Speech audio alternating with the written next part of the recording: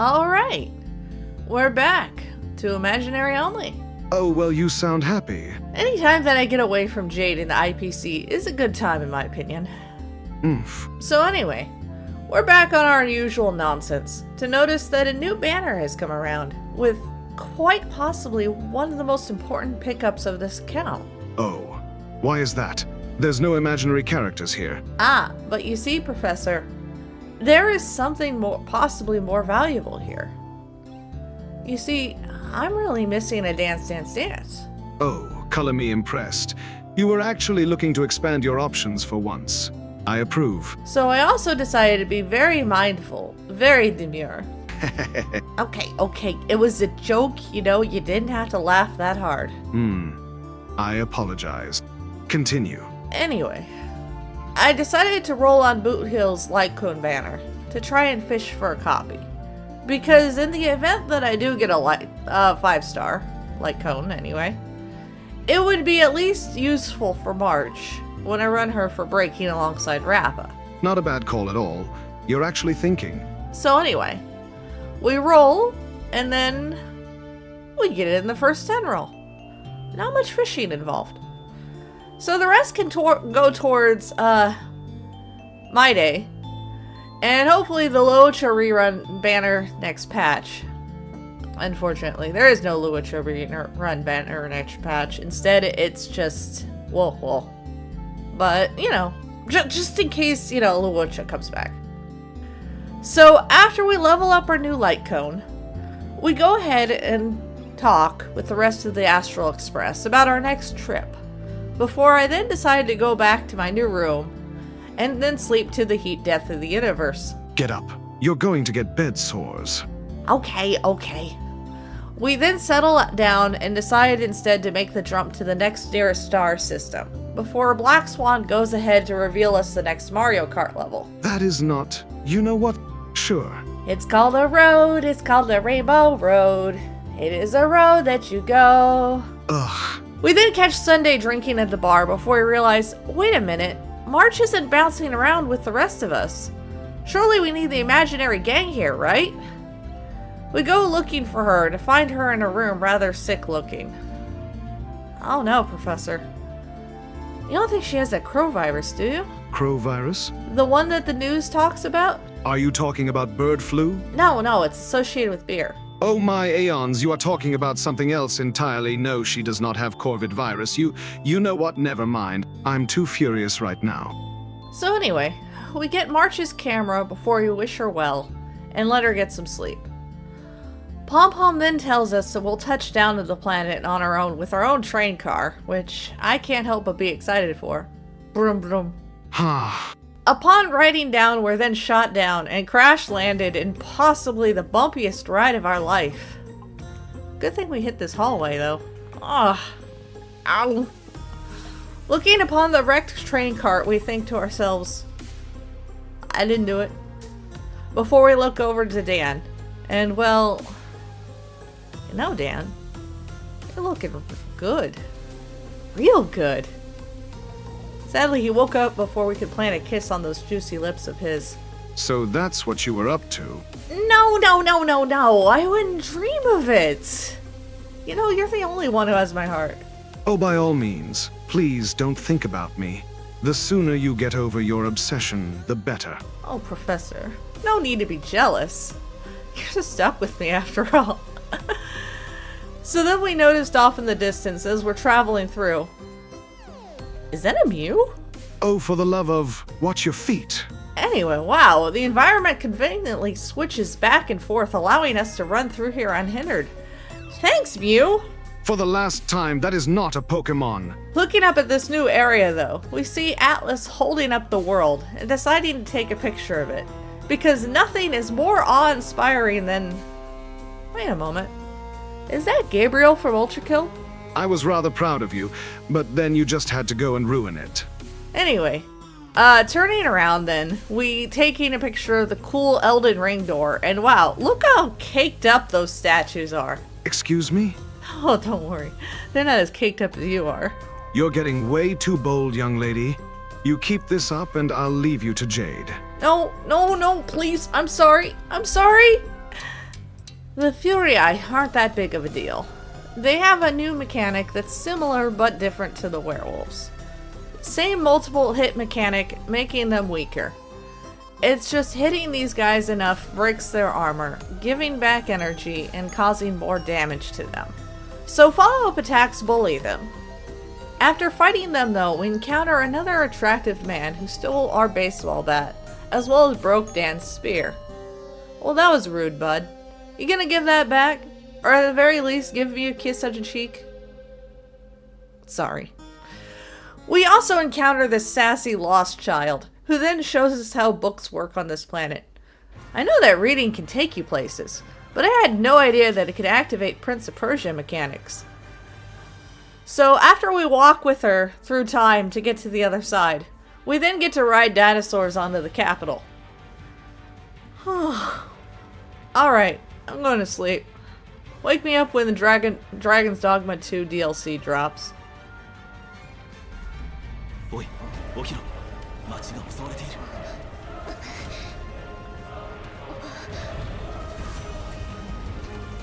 Is this Dragon's Dogma 2? No, you just walked into a battleground. Lame. Where's the Hydra? You're still playing Star Rail. So, no Hydra then? Ugh. We then pick up more tutorials on how we do the time reverse mechanic from Tears of the Kingdom before we then meet up with that cute white-haired boy again and... Oh great, now there's 3 of them? I should have seen this coming with a name like Tribby. What does that have to do with anything? Well, you remember Star Trek, right? Those were tribbles, not tribbies. Well, watch them. Make sure we don't get any more. And then there's our next imaginary teammate who... Hot damn! Welcome home, Gilgamesh! Yeah! He ain't beating the allegations. We then encounter the reason I started Quantum Only. The beautiful, gorgeous love of my life. And my life. Funeral of the Dead Butterflies. Oh, don't be jealous. You're still the best. I just have a weakness for purple. And she's so cute. So soft-spoken. She's wife. Are you going to move on at any moment? Okay. Castor shows us where the invader of this area went. So we storm down the bathhouse to find the avatar of Nikador, this planet's god of strife. He made this bathhouse more of a steam hut. Oof. But I digress. We bully him just like we bully the rest of the Furii, with multiple attacks around. Our fight is then cut short by the beautiful Aglaia, before she introduces us proper to her bathhouse in standard Roman practice. Thank you for not making any lewd jokes about baths. I know that took restraint. Oh, Professor. Even I know when baths are supposed to be communal and when they're supposed to be private. Speaking of which, Aglaia takes us to her private baths to increase our bond. Off. After we talk with her about making a pact to never tell anyone else what we did in there, she also makes us promise to not tell anyone that we're from space, as they cannot handle this much excite. You told them you're from space, didn't you? Well, I said nothing. He flipped through our camera and threatened to jump, so what was I supposed to say? Do a flip? Well, alright, you have a point. Anyway, after that we feed some Dromesis and stare one down to assert our dominance, before we stubbornly eat some dirt to prove we're pretty cool guys and we doesn't afraid of anything. I what? What does that even mean? You know, like Halo. I'm having an aneurysm trying to process what you just said. Just accept this dirt, Professor. You'll feel better. Aglaia calls back to show us our own room that we'll be staying in for a while. One that has a bath right in the middle of the room, by the way. Yes, quite. Has a nice balcony. And also a room gift, at that.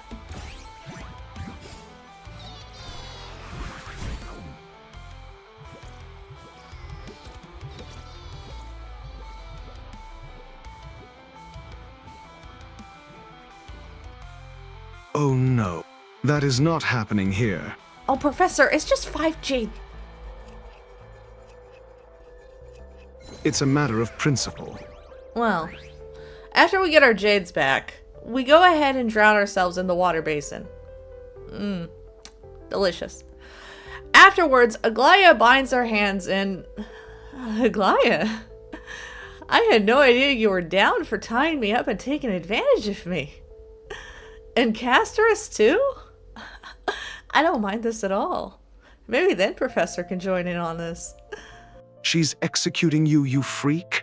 I love a woman who could just kill me.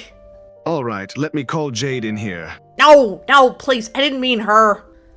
So after we were trialed for accidentally letting the truth slip out about space, we then look into the bird bath, stare up at the stars for constellations, before we're finally brought back to being told about the next plan to attack Nikedor.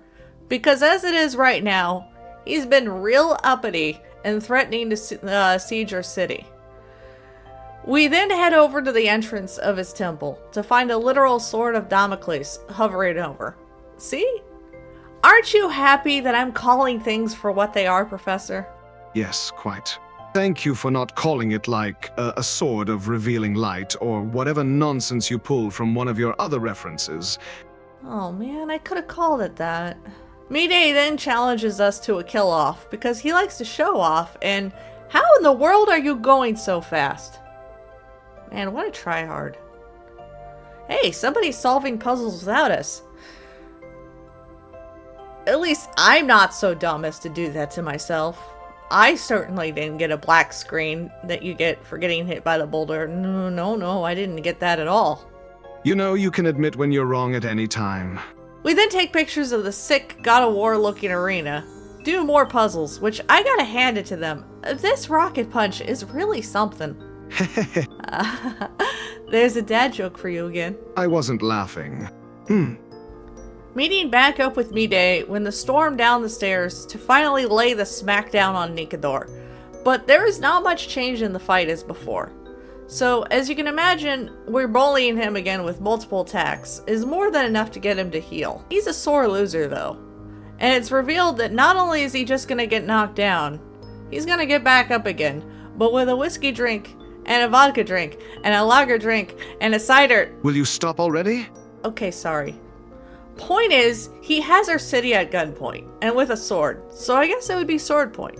Is that even a term? Well, either way, point is, we're screwed. So, Mide decides to show off even more by saying, nah bro, I got this. Not what he said at all. And he shoos us with a proper display of machismo. Heaven or hell, let's rock.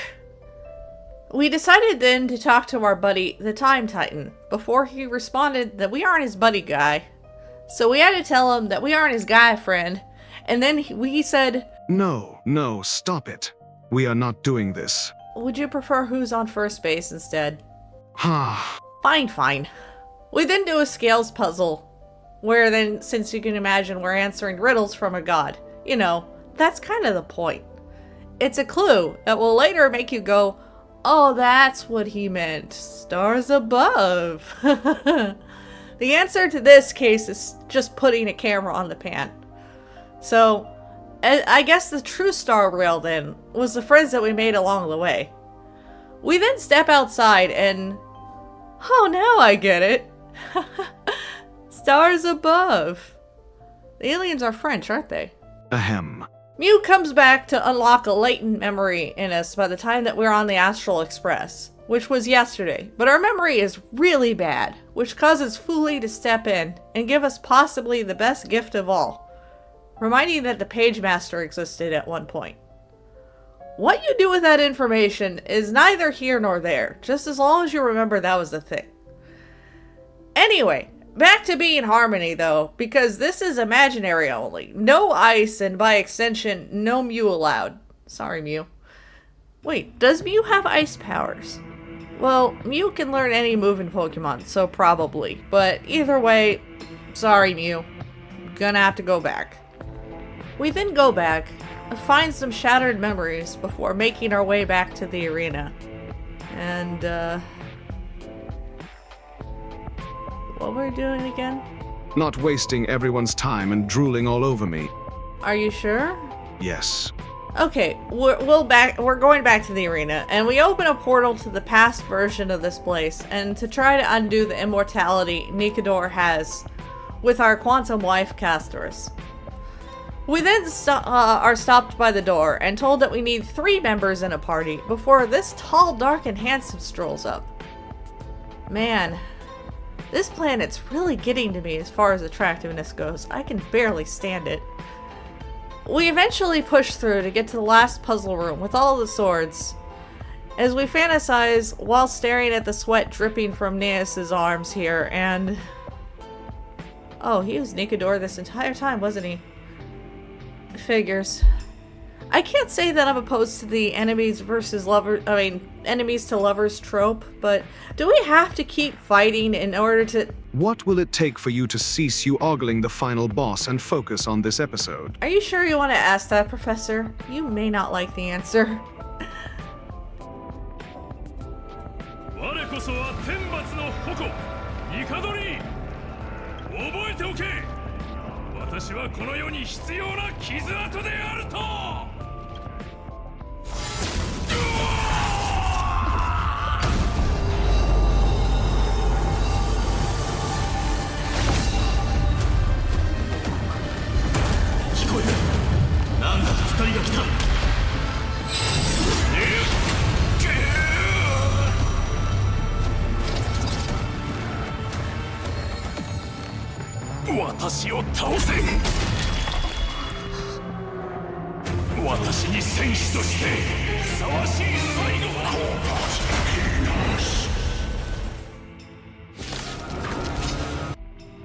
Anyway, Gnaeus reveals himself fully and challenges us to a full trial for our worthiness and respect in the coolest scene that we're gonna get this whole entire chapter. This fight itself is wild. I'm gonna go ahead and say it right now. Do as I say, not as I do. This fight needs some sort of AoE because his first mechanic takes half of everyone's life and cages it onto his side. This would normally be something you could just ignore if you have a Venturine, and sure, you can ignore it and bully him as usual. But the second part is that if you don't break the lances and get your health back, he consumes them, gets a massive attack buff, and goes all out. Yeah. This is something I will have to consider when I get here on Quantum Only, because Fu Xuan or Lynx is definitely not healing through this. After Nikador bullies us for a bit, we barely win out and the battle's over. Castor says goodbye to Nikador for us after I try to whisper some suggestive things and get dragged away. We then cut to Herta being Herta, playing with herself. You better reword that right now. Fine. Playing with her dolls and having us go through deja vu of the bug fight, before trapping a memo keeper messing with her stuff in a scene that makes me go, damn, I wish that was me. She's then interrupted by the imaginary team who wanted to tell her about us and March. Speaking of March, she's looking a little frosty there. Guess we're not gonna see her for a while. Anyway, so chapter's done. Whew. We just clear up the events real quick. The dude who almost got us killed wanted us to investigate a mausoleum for treasures to find that the treasure is worthless. Priceless, but do go on. After that, we find a smug little girl who challenges us to several gimmick fights, and to be honest, this is just Tales of the Fantastic or something like that, but in Space Grease, just to get points killing as much as possible with the requirements that each level has. I do my best with an all-imaginary team, and then I get a few tickets to get my last Eidolon for Yukong. I hope she gets buffed in the future. So that's all of 3.0 currently. Whew, that was long. The next episode won't be for a bit, as I'll be working on Quantum Only for a while. But don't worry, I'll have polls for Me-Day, and assuming that nothing goes wrong, I'll hope to have a poll stream for him like I did for Sunday. So be sure to look out for that. So either way, like, subscribe, or don't. Next video will be Quantum Only going to Pinakoni.